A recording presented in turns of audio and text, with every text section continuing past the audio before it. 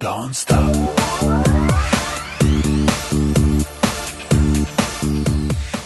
В повечето случаи съобщаваме името на продукта, който ще ви презентираме в видеоревюто си в края на встъпителните думи. Тук обаче ще постъпим малко по-различно. Уважаеми дами и господа, HP Slate 7 2800. Когато говорим за марката Hewlett Packard, съвсем логично очакваме този таблет да е малко по-различен от останалите масови. Високопроизводителен и не много евтин. Така е. Предположението ни е вярно на 66,66 и 6 период процента. Към кой сегментов клас се причислява таблета ще запазим за сега в тайна.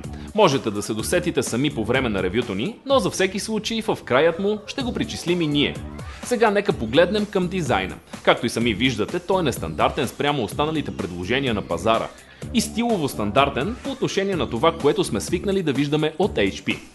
Силуетът е изчистен и по-скоро олегнал. Линиите преливат плавно, няма отсичания и елементи, които да не можем да наречем стилни. Повърхността е пластика с много приятна на допир матирана обработка. Освен красива, тя, както знаем, е и функционална. По нея не личат отпечатъците от мазни пръсти, а повърхността прилепва добре към ръката на използващия таблета. Тук голяма роля играят и размерите. 2800 е с малко по-дебел профил от масовия 10,7 мм, но това го прави, както казахме преди малко, по-удобен за захват. Останалите габарити са 197,1 мм височина, на 116,1 ширина. Теглото спира везната на точно 372 грама. Освен неутралните сив и черен вариант, на пазара се предлага и малко по-крещящият червен. Дисплеят, който Slate 7 има на разположение, е с наложилият се като универсален диагонал от 7 инча.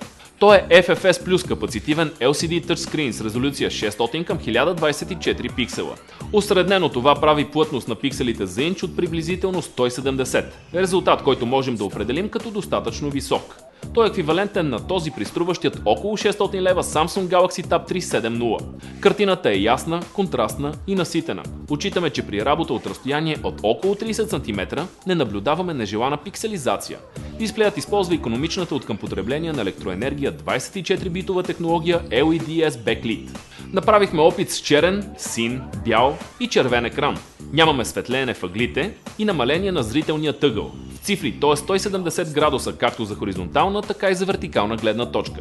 Сензорите на екрана предават добре, наличен е 5-точков мултитъч. В долната част на рамката около дисплея не намираме помощни бутони, те са софтуерни и са част от него. Срещу положният горен край пък разкриваме помощната камера. Тя е с VGA качествен еквивалент. Теста ни показва, че с Skype видео на цял екран има достатъчно добро и отчетливо качество. В лявата горна част на задният панел пък намираме и основната камера. Тя вече може да се похвали с 3,2 мегапиксела, с максимална резолюция 2048 към 1536 пиксела и видеозаснемане с 720p и 30 кадъра в секунда. Тестов демо кадър можете да видите в текста непосредствено под видеоревюто ни, докато още погледът ни е върху задният капак. Освен хромираното лого HP, впечатление ни прави и надписът Beats Audio. Достатъчно силното озвучение с мощност 2 вата е дело именно на компанията собственост на небезизвестният рапър Dr. Dre.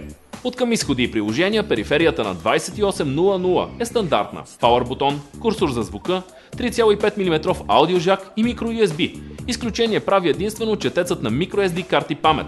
Той разпознава формати с обем до 32 ГБ. За безжичната връзка с външни устройства се грижат комбинираният C2DP и EDR Bluetooth версия 2.1 и Wi-Fi стандарт 802.11. В хардуерно отношение HP Slate 7 се задвижва от двуядрен процесор ARM Cortex A9 MP с 512 МБ L2 кеш и тактова честота 1,4 ГГц. RAM паметта е 1 ГБ DDR3, а вграденото пространство за съхранение на данни 8. В комбинация с операционната система Android версия 4.1 Jelly Bean, таблета се справя отлично по време на тестовете ни. Няма каквито и да е заченки на забиване или забавяне. Батерията, която захранва всичко това е литиево-ионна с заряд 3620 мАч. С тях по време на тестовете ни устройството спокойно издържа около денонощия смесена консумация. В самият край на видеоревюто ни, ето и голямата изненада, невярното предположение, което направихме в встъпителните си думи – цената. До тук разбрахме, че HP Slate 7 2800 е далеч по-нестандартен от останалите 7-инчови таблети на пазара, има достатъчно добър технически пълнеж и че ще покрие средностатистическите нужди. Вследствие на това очакваме цена от около 500 лева, но не. Приятна изненада, Slate 7 струва само 250 лева и по този начин става фаворит сред масовите таблети, които се предлагат към момента у нас.